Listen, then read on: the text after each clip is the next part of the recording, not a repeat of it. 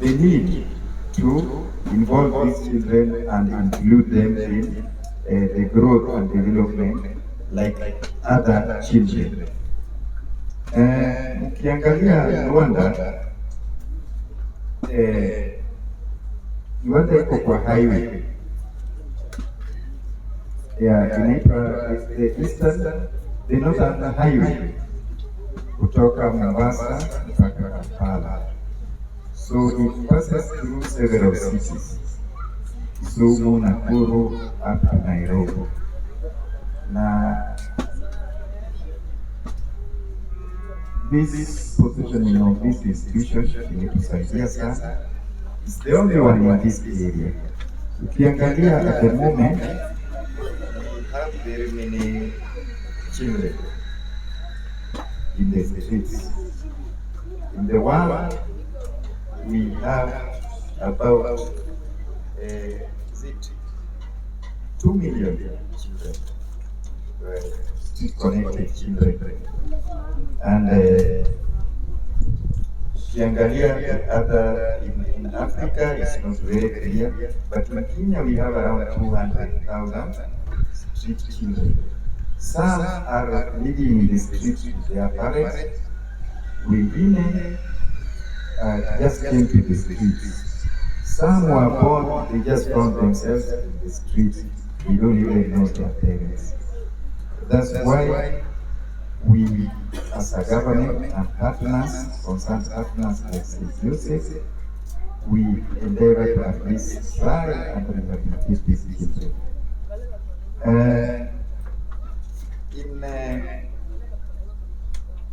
Nairobi, in Kenya generally, the number of street children, a majority are found in the major cities. That's Nairobi, followed by Mombasa, Kisumu, then Uasin Gishu, and then Nakuru. Pengine nitataja something that may not go down well with the local community. The major problem was an issue in Kisumu, where they have very many street children. They catch, we call it catchment area or what? Catchment area ni Vihiga, generally residents. Majority of children in Kisumu wanatoka Vihiga. Equally, Eldoret was an issue during this shida. Watoto wale wanatoka area hii ndio wanapatikana kama nao wameset Eldoret.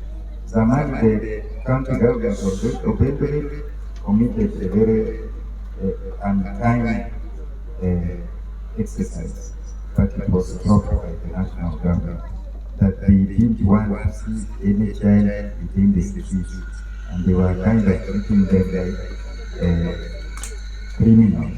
They were being handled by enforcement officers. We wonder what they were enforcing while handling children, and yet they have a department in charge of children within the county.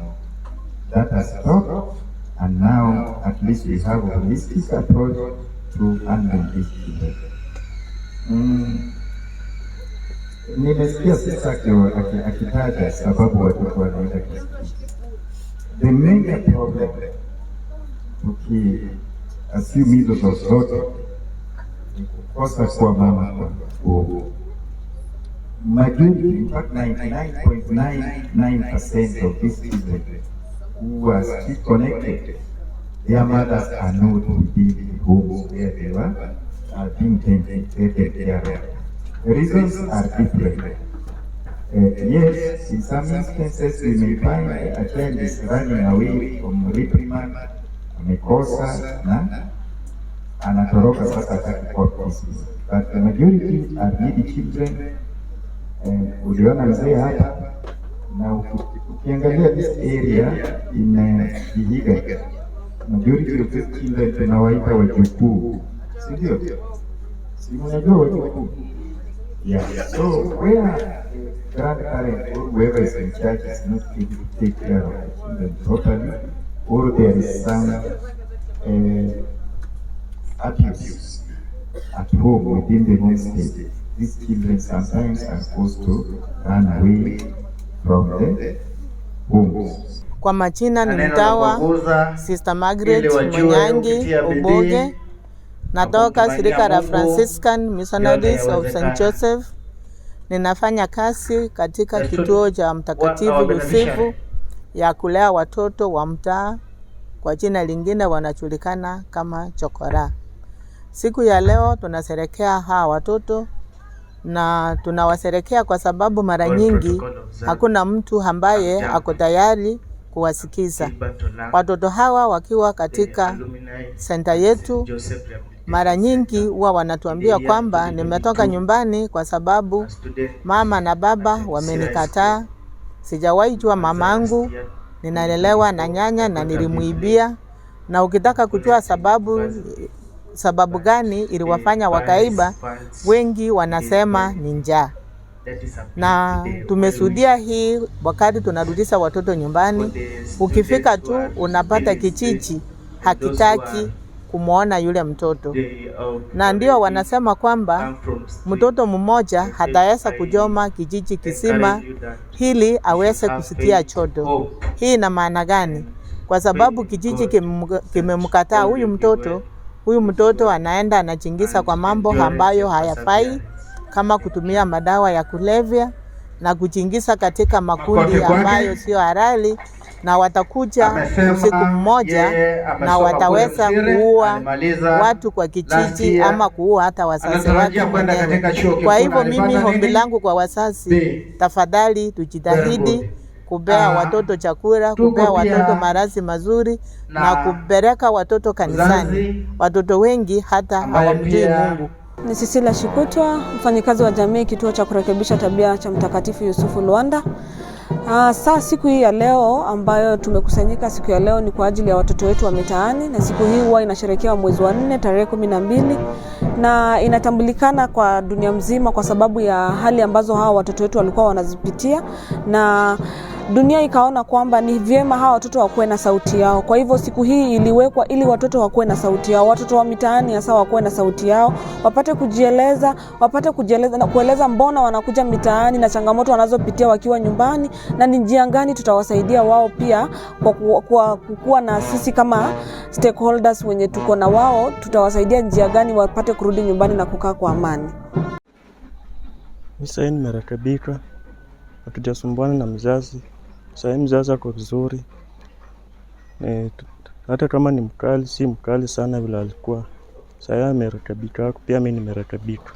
Sasa ningeambia tu wale ndugu zangu wale, pia wao wakuwe watoto wazuri, waweze kusoma, waweze kusikia chenye wanaambiwa na walimu wenzao. Kwa majina ni Gilbert Olang. Tukisherehekea siku ya wanafunzi watoto wa mitaani, naweza kusema kuwa serikali na watu kama wazazi hivi waweze kusaidia watoto walio mtaani.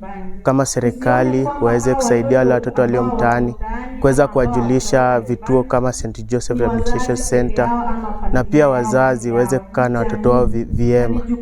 Alafu watoto wote mitaani wakipata as chances and opportunities, they can utilize them, since not all of them they have given up. There are some of them who have hope and can utilize the chances. So watukaa serikali hivi na wazazi wakiweza kutengeneza vyama vya kuweza kufanya mchango ili waweze kusaidia watoto wa mtaani, wale waliokolewa kama sisi. Kama mtu kama mimi nilimaliza shule last year form 4, nipata B plane, nafaa kwenda university but the center has insufficient funds. So wazazi na serikali na washikadau wengine waweze kutengeneza vyama na kufanya mchango ya kuweza kuwasaidia wanafunzi hao. Tunashughulikia pia wasichana kwa sababu kwa idara yetu ya Panpiri tuko na desk ya wale watoto ambao wamekuwa abused from the community, and we realized that in most cases they are girls. So these girls, once the cases have been reported to our desk at Panpiri, we normally bring them in the center for safe stay as we still pursue their cases at our desk. There are certain cases which are always a bit complicated that normally we refer to the police for interventions. Kwa jina mimi naitwa Ernest Mukuna, na changamoto zile tunapata ni kwamba manyumbani watoto wanaporudi kule, wazazi pia huwa wakali kwa watoto, alafu wao wanapenda tena kurudi katika sehemu hii ambayo ni ya St. Joseph's Rehabilitation Center. Sasa mimi naomba tu wazazi wawe na upendo kwa watoto wao, kwa sababu wengi wa watoto hawa wanatoroka nyumbani kwa ajili ya kutokuwa na upendo na familia na baba na mama hasa manyumbani. Na hizi changamoto pia serikali inatusaidia ili rights za watoto ziwe zinajulikana hata kwa hawa watoto. Watoto wana rights zao, vile wanataka kuishi, vile wanataka kwenda na masomo hata na kupata afya. Ingekuwa wazazi na serikali tusaidiane pamoja ili hao watoto waendelee kukaa nyumbani na kuwa huko na pamoja na watoto, hata warudi shule wasome karibu pamoja na wengine. Hizo ndio changamoto tunavyoendelea kuona, ya kwamba sisi kama St. Joseph's tunapo rehabilitate hao watoto tusaidiane nao ili wakirudi waendelee na maisha vizuri nyumbani. Asante, ni hayo tu.